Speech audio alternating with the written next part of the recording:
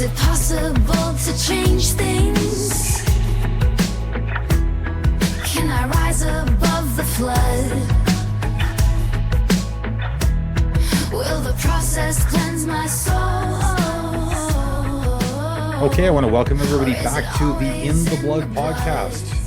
My name is AC Bergen-Fischer. With me, as most of the time, is Jason the Dice Man Moore. Howdy, everybody. So you were not here last week. Yeah. I'd like to say I missed you, but I don't know. Well, if you could hit me from that far away, then I would be quite surprised. Everything okay, though? Yeah, life's been good. Life's been good. Just got a little bit busy, and some other situations had to take priority. A couple other things that went on. Got a new locking system for the front door.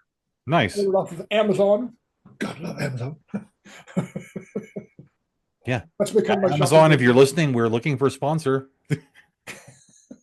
Yeah. We also have wish lists. Is that for Amazon or for the listeners? Both. Okay. Yeah. What about you? What's been up with your week? Thought I had a bit of an interesting week. I got an email from somebody whose show I had guested on, telling me that she felt the need to remove the episode because some troll, I guess, had decided to make some disparaging comments about me. Oh, As, really? you know, just really, really fun stuff, you know, like the half black guy being a Nazi, that sort of thing. Wow. Having no academic credentials to do coaching. I mean, I'm hoping the next troll is going to be like somebody who also only listens to the audio podcast, doesn't watch the video. Because, I mean, if you're watching the video, you would have seen me pointing to the academic credentials. So, I mean, maybe the next person isn't going to see this video where I'm pointing to the guitar on the wall. Maybe the next accusation should be that I don't have one. Oh, there you go. Yeah. You play air guitar? Fair enough. Not very well, but I have been practicing. Oh, it's amazing how these Nazi affiliations and you're half black. Woo. So what are you going to do? You're going to get like a cheese cutter and start grating out certain pieces? So I don't know. It just, you know, when somebody hits you with something stupid, there's that impulse where it's like, no, I got to set the record straight. I just thought, you know what? Some things are so overwhelmingly dumb. I just need to let them slide. It's like, what am I going to do? Address every fucking idiot troll who comes along with some uninformed nonsense garbage take on what I'm all about? Well, I mean, I would hate to be such a sad, empty, unpopular, unimaginative, uncreative, unnecessary person where that's how I spend my life. But I digress. well, when you make a little bit of accomplishment and you start doing good things for yourself and for other people, there's always going to be somebody that's going to try to chop you down. Nature of the beast. Well, it's like you said before, you know, talking about people who like to yuck your yum, you know? Yeah. And to those people, I give you a resounding, and this is again just for the people who are watching on video, the audio podcast people, we appreciate you. There's way more of you than there are for the video, but you're going to miss out on what I'm doing right here. And that's my message to anybody who doesn't like me. Well, you are so vulgar. I don't know if I can continue with you anymore. You are a bad influence on me. But yeah, what do you want to talk about this week, brother? I wanted to talk about some of the dangers we don't see coming. I know I sent you like a couple of disjointed thoughts via Facebook Messenger early in the week saying, hey, this is what I want to talk about. I did fine tune things somewhat after sending that. Okay. Not to the point where I know what the hell I'm talking about, but just enough where I know how to set up the conversation. Well, when before. do we? But yeah, I came across where I wanted to start with was a quote from Edmund Hillary. And the quote is, it's not the mountain we conquer, but ourselves. And just for a bit of context, I mean, I know you know, because you're a bit of a history nerd, but Hillary was one of the first people to reach the top of Mount Everest. But I think his quote wasn't just about climbing, it was about something else. It was about his relationship with risk, fear, and uncertainty. right? And it wasn't necessarily about climbing the mountain and conquering the mountain. It was about climbing the mountain and conquering the man, the fear, the absence of, can I do it? The confidence, the absence of 100%. confidence. Yeah, Yeah. And I don't know, it kind of like it where I started jumping off, how I got down the Hillary rabbit hole was I was watching one of my favorite YouTubers, and this guy, he does like urban exploring, and part of that is doing some like fairly extreme urban climbing where I tell you, some of the places this guy goes, it makes my butthole pucker just watching it on the screen. But some time ago, somebody asked him, like, why aren't you afraid of climbing to these ridiculous heights in dangerous conditions? And the answer he gave was something that really, really got my philosophical juices flowing. His answer was, death is always around us. The reason I'm not afraid when I climb is because the things that can kill me are obvious. What scares me is doing normal things because that death is there too, but you can't see it. right. Yep. Yeah, when you're climbing, it's it's not the 1,500-foot fall that will kill you. It's that sudden stop at the bottom. Yeah, And I know you and I have talked before about how like I don't think either one of us has got really a clearly defined fear of death. right, I can't speak for you. For me, I think probably fear of dying would be more accurate, but like I put it so eloquently years ago, it's not about the being dead that bothers me. It's the getting dead that can be scary. right. And because I worry about like, will it hurt? Will it be drawn out? Will it be dramatic? Will I leak fluids in front of people I care about or onto something I like? Or onto somebody you like. But the actual final destination is me not existing, and how am I supposed to care about that or be afraid of that? Right. You're not here. Right. My, I So yeah, go ahead. sorry, I've noticed, and I don't know if this is irrational or I don't know how to confine this into a bubble, but I noticed recently I thought I developed a fear of heights because I hung up some stuff, and as you know, I got like an 18 to 20-foot ceiling in my living room, and I went up a ladder, a full ladder, and went up. And when I got to the top, I had to kind of parallel my body against the wall because it was so high, and the ladder had to be at such a weird angle for me to reach. Yeah. When I got up there, I was going like really slow, really cautious. And then when I finally got close enough, I was able to grab up onto the banister of that window area for my partner's loft. Yeah.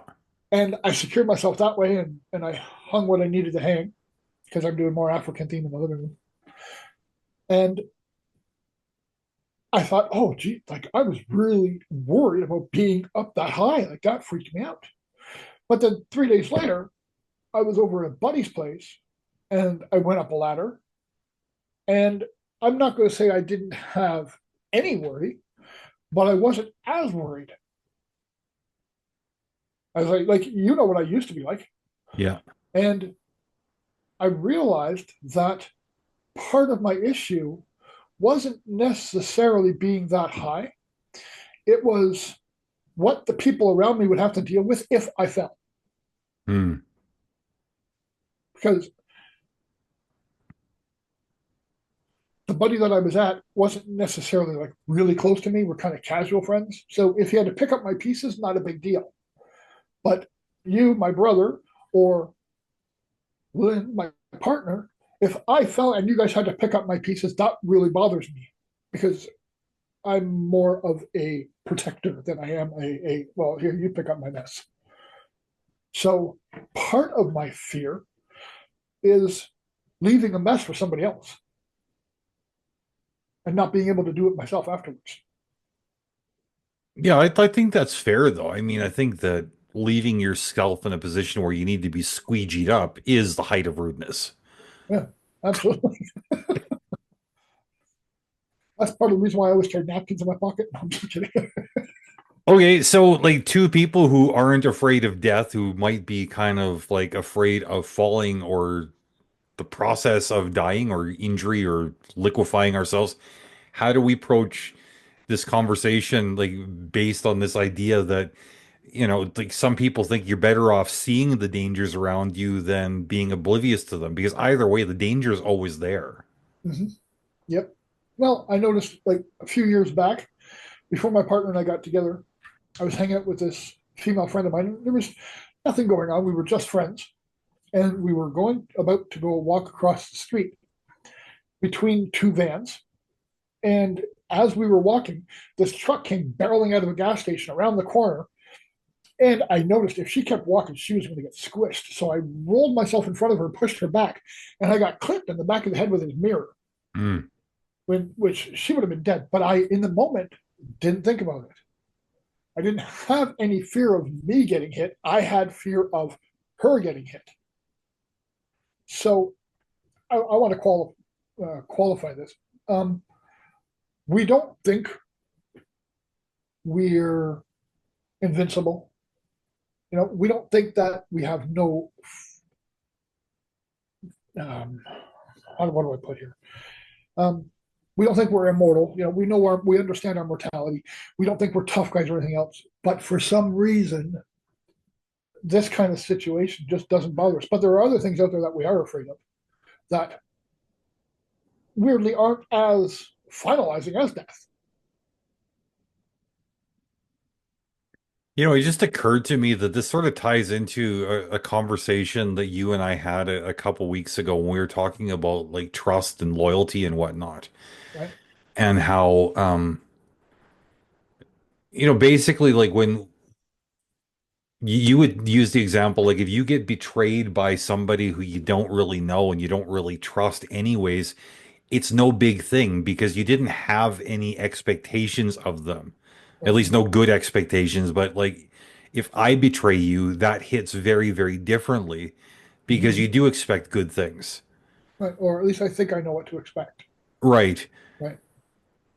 And I'm almost wondering if this sort of has to do with I don't think like entirely like limiting things to like having this illusion of control over a situation. Maybe it's an illusion of reasonable expectations, right? Like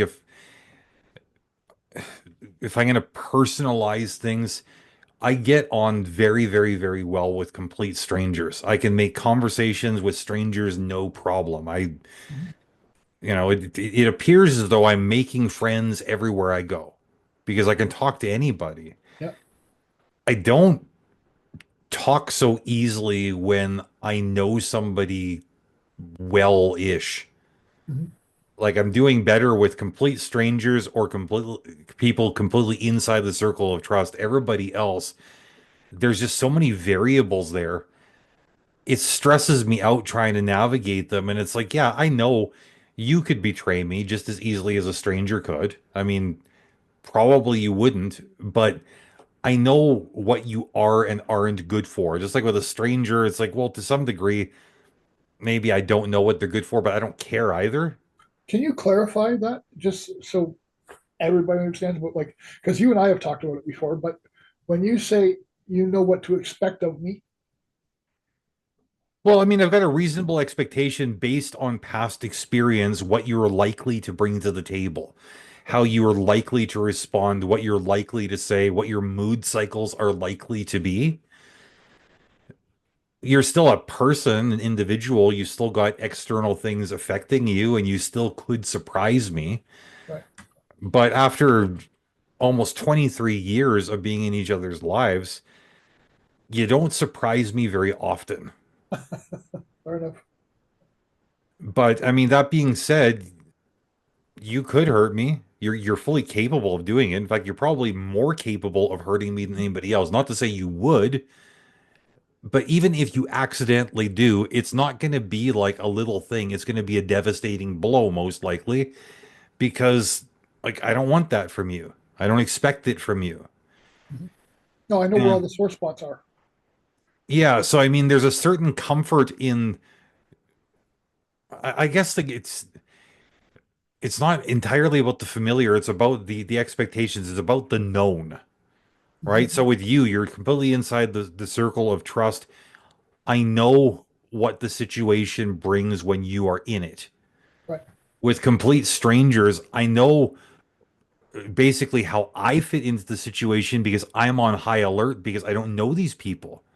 Mhm. When somebody's kind of like inside the comfort zone ish, I've let my guard down to a certain degree. I'm not maybe as aware as I should be, and that is a high risk situation. That scares the fuck out of me. Oh, fair enough. Hmm. There's, I find there's a lot of people. So even people sort of in my circle and people not in my circle, like strangers, I have no problem conversing with. And well, okay, let me rephrase that. Everybody I know or don't know, I have no problem with conversation with absolutely anybody. But my conversations are guarded pertaining to how well I know something.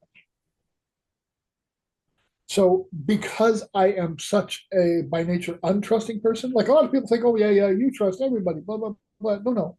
You see that trust because you're my friend, not because I just give out my trust. People who don't know me or people who are sort of my friends see me like everybody else does. But there's a distrust in the back of my head that I carry. There's certain information I won't give people. There are certain things I won't do with people I don't know or I kind of know because the fear of retaliation or using something I might tell them against me is huge. Not that I've done recently anything really bad, but people can use crap against me just to try to better themselves. Or because I might do one thing wrong and they didn't like it and they go total balls in trying to defame me. So giving information to people that I kind of know or are strangers or having a totally open conversation will never happen. Will never happen because the trust isn't there.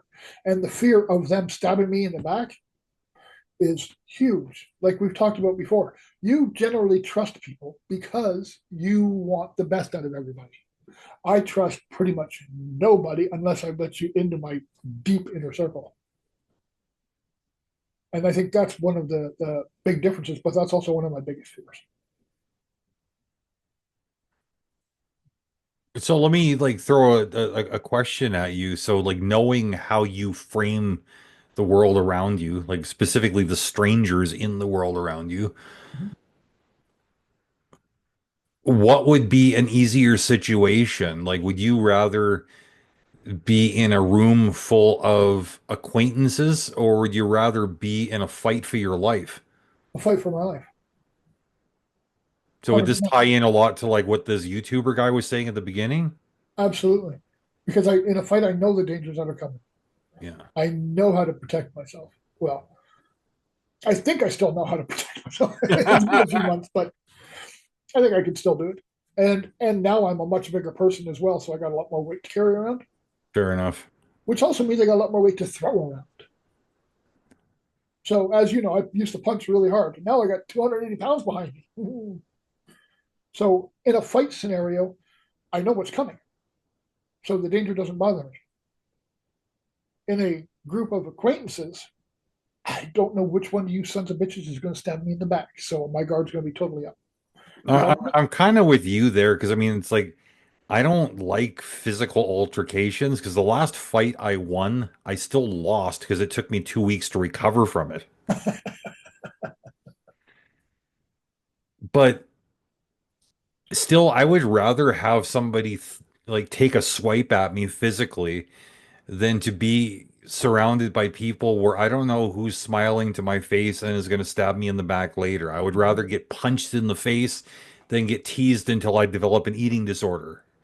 right, Because I know where I can handle myself, and I feel like I've got again, like I'm 6'4", I'm like over 270 pounds. your presence is definitely intimidating. I feel more comfortable physically defending myself than dealing with rejection Okay. because I've got the muscles to defend myself physically. I don't have the emotional muscles always to deal with the rejection. A lot of the time, I'm fine.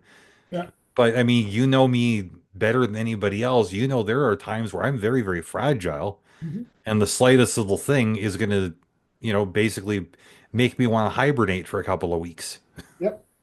I actually remember one of the first times I saw you fragile, and it was one of the weirdest yet comforting moments I think we've ever had because it I think was the final peg that allowed me to bring you 100% into my circle.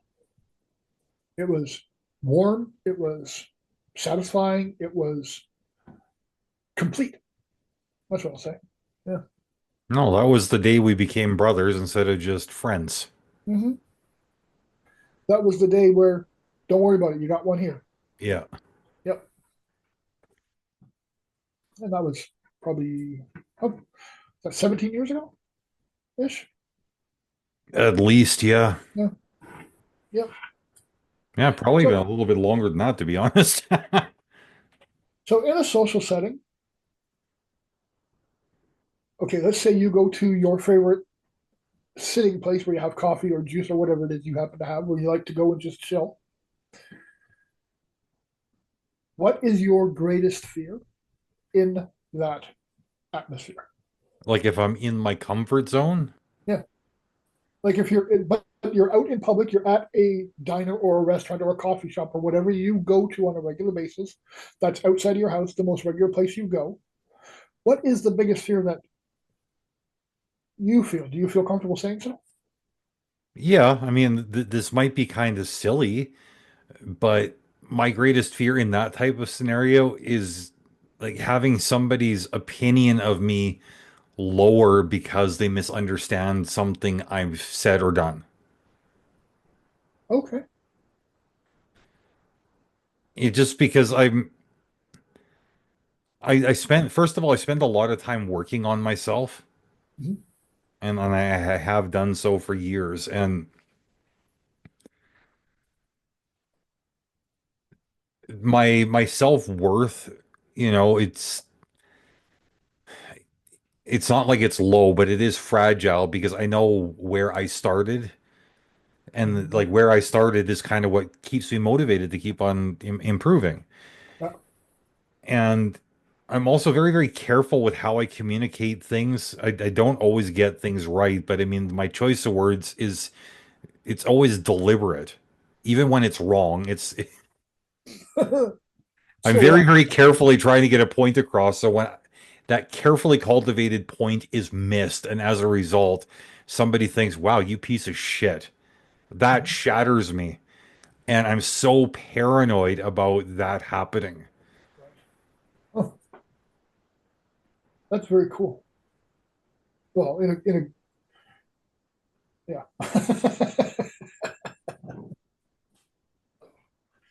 Because I think you and I mean, we both we have the same symptom. I don't know what motivates you to do it, but I know that we both have a tendency to over explain ourselves. Maybe not so much on the podcast, but when we're talking to each other, Mhm. there is that fear of being misunderstood. Like, where does yours come from?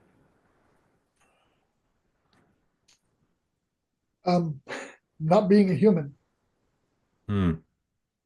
because as most people who listen to our show know, I was on the streets for a number of years in Toronto, and my fear of not being heard comes from a combination of situations that happened when I was on the streets. Not being, or actually, no, it's not being unheard. It's being misheard. Saying something and somebody taking it meaning something else. So I over explain infinitely because that's a huge fear for me. That's I don't want people to misunderstand what I say and ruin a relationship that is a good relationship. You got me curious because I mean, like, yeah, you shared on a number of occasions about how you spent a lot of years on the street. Now, I'm also aware, based on some of the stories you told, about the dangers that surround you on the street. And I'm wondering, I mean, I don't really know what your answer is going to be, but just isolating things to the risk factors, to the dangers that surround you on the street. What's preferable, that kind of environment or the kind of environment where like you live in a house and you talk to the neighbor after he's mowed the lawn and you don't really know where you stand with people? Um, hmm, I wouldn't say there is a preference. I would say it's honestly divided exactly in half Hmm. because on the streets, I had to worry about who was coming around the corner or who was coming up behind me. Whereas living in a house with a neighbor that's kind of, that's the one that's coming at me right in my face.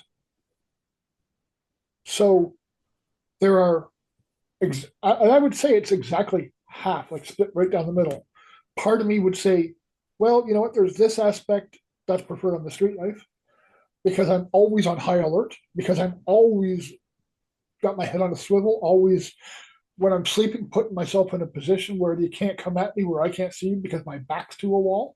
Hmm. Um, and some of the carryover from that is even when we go to a restaurant now, I have a really hard time sitting with my back open to a table behind me.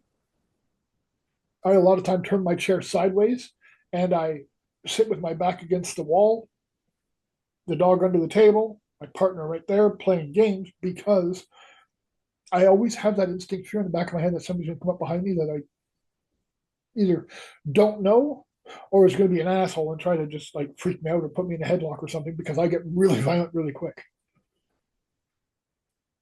Yeah, and just so anybody who's listening, going to a restaurant with the two of us is no fun because neither one of us likes anybody sneaking up behind us. Yeah, So if you see two guys sitting on one side of the booth, that's what's going on. yeah. Holding hands means absolutely nothing. um, so I want to address something. So part of so I asked you about what happens when you go to your most common place, and that was kind of a loaded question because I also wanted to give my answer.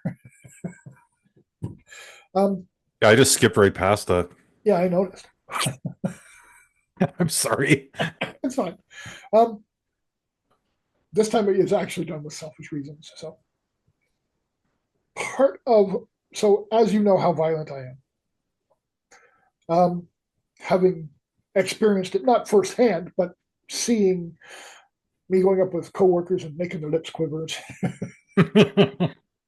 um, one thing that scares the hell out of me about going to a place that I commonly frequent is having to get violent because my partner is very soft, very caring, very warm, very non-violent. Oh, very non-violent. She's got a heart that she would give away anything she could. Sort of, she wouldn't give you the shirt off her back because she has that fear of being exposed. But anything else, it's yours. Take it. I hate that phrase, by the way. Oh, I'll give you the shirt off my back. No, I wouldn't. That's fucking dumb. um, and she's really emotionally affected by violence. And knowing how protective and how violent I am, I'm always worried somebody's going to come in and start something, and I have to get physical in front of her. That is my biggest fear because that would put her in such a bad headspace for such a long time. Because she knows I'm violent, she knows what I can do. She's heard from myself and other people about the stories about my past. But to actually see it is something totally different. And in this sense, my fear isn't for myself, it's for somebody else. My biggest fear. Hmm. Because I would not want to expose that to her because that would wreck her for a very long time.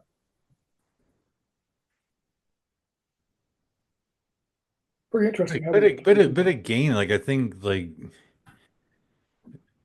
revisiting the scope of the conversation. I mean, it sounds like you're still better off like when you can see the danger coming. Mhm. rather than it like surprise, you can neutralize it before it gets to that like really, really highly escalated violent point. Correct. Yep. Right? Like when you used to go play darts with her and there'd be some guy like just making shitty comments or whatever. You could go Oh, put you your bring hand up. on his shoulder and say, "Hey, bud, it's time for you to shut up, Yep. or I'm going to shut you up." That's a good example to bring back up. Yeah. Right? Because I mean, there's nothing wrong with a calm conversation explaining to somebody, look, you're free to say and do what you want, and I'm free to loosen your teeth as in reaction. Yep. Like, I'll give you a wedgie on the way out as I'm throwing you through a window. see, like unlike you, I'm not a violent person. I hate violence. Now, like, that's not to say I'm not capable of it, Mhm. because everybody's capable. And like tying into your example of like when your partner is at risk, especially when it's like a surprise risk. That's one thing that would put me in a really, really dark place. Like recently, my wife and I were walking down the street or walking across the street in the crosswalk with the little blinking white man there telling us it's okay to go, which so I get for trusting a white guy. Prejudice. You are so prejudiced. Oh my gosh. But some guy on a phone turning left, he just about smoked her, and I heard her scream before I saw the car. Thankfully, it was a new-ish car, so it braked fairly quickly. But yeah, I just stood there staring this guy down for the longest time. If looks could kill, this guy probably would have burst into flames. And I walked up to the door of his car, fully expecting to pull him through the window and explain the facts of life to him. But I was very proud of myself. I curbed my enthusiasm. Instead, I took his glasses off of his face and broke them and said, "You're not using them anyways," and handed them back. Oh, you told me you didn't do that. You absolutely did not do that. Oh, Yeah. did not do that. But I mean, things could have escalated very quickly just because of that shock. And I don't know. It just the more time I spend parked on this idea, like, am I better off in a situation where I can delude myself into thinking that there isn't an ever-present danger, or would I rather see the danger, each individual one with a blinking light and a label on it? And the reality is, I want to see this stuff. Yeah. I mean, even when I can't see it, I mean, I deal with like some fairly bad anxiety. And part of how I manage my anxiety is I try to imagine every conceivable outcome to a situation so I can mentally prepare for it so that I'm not caught off guard. Right. Now, how much more relaxing would life be if like everything that was out to fuck me was like plainly obvious, just Mhm. floating around like red balloons? I would love to live in that world, but I don't. I wouldn't. Really? Yeah. It takes a challenge out of life. You That's think? what I say. Yeah. Because I kind of think of it like, okay, like you remember that show American Gladiators? I don't know if it's still a thing. It was cool. Yeah. They had all these obstacles. I mean, they could see them and they would navigate them. There was nothing like they weren't like going through the course blindfolded. They saw everything that was ahead of them. It was still super challenging. I would see navigating life with clearly defined dangers much the same way. I can see it. Mhm. I can mentally prepare for it. It's still challenging, but I can test my endurance without testing my sanity. Fair enough. And see that's another cool difference between us because I would rather not see a lot of the dangers and be surprised by them because well, one, I love being scared, so maybe that's part of it. Yeah, maybe. But okay, I didn't realize it, but there's another challenge I got to accept. Okay, let's deal with that. That's I guess it's kind of like the same adrenaline rush as fighting. You still got your fight or flight response, right? See, that's sort of interesting. Is like, see, like you've got varying degrees of adrenaline. My anxiety, it's just always there. Yeah. So I'm either like feeling the adrenaline rush or I'm on overload. There's no like relaxing third option. Mm-hmm. Yeah, for So sure. I'm always perplexed with people like you. I find fascinating. Like, how could you enjoy being scared? What does being scared feel like compared to just like a normal Tuesday afternoon? Well, for me, it is a normal Tuesday afternoon. It's this wicked adrenaline rush. It's actually no, I will say it's a passive adrenaline rush because throughout the day, I'm a day at work. I'm walking through the shop and I'm walking backwards talking to somebody, and I turn around and bam, there's a car on a lift half a foot away from me. Holy Jesus! Oh, okay, that was kind of cool. And carry on. There's apparent risks around us all the time, and one thing I really want to say out there is to everybody out there: don't question your fears, accept them. It might make things a bit easier for you.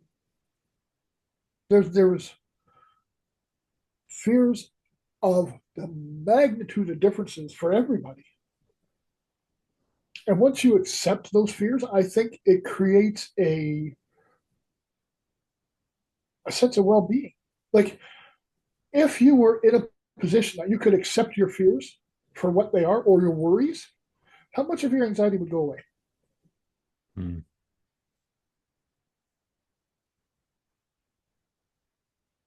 Is this a rhetorical question? No, I'm waiting for an answer.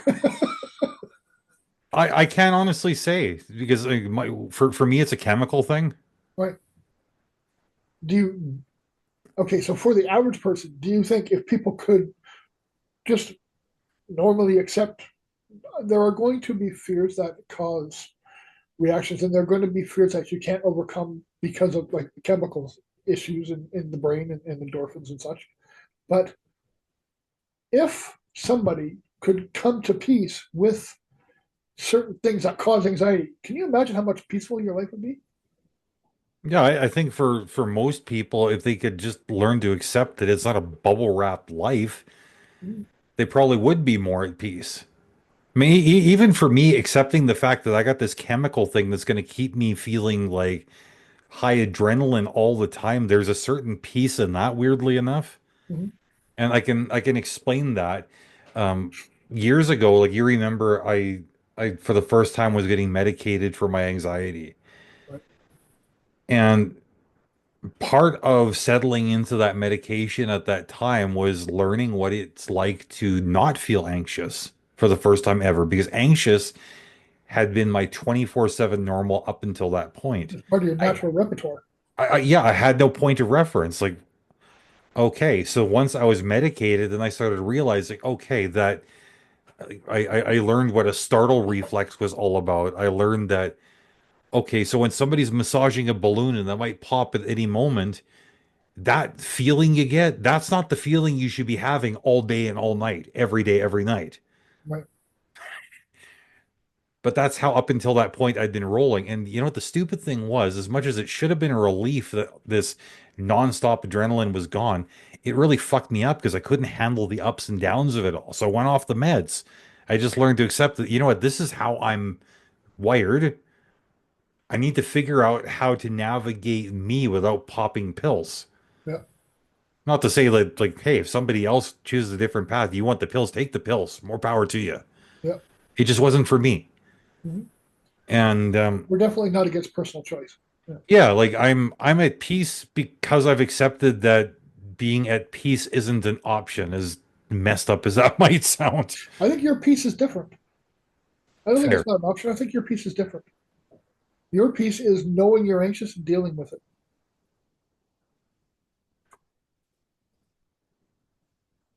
Okay, see, I don't know. I feel like you already gave some fairly substantial closing thoughts. Did you want to add anything to that? Because I don't want to step on where you've gone at the end here.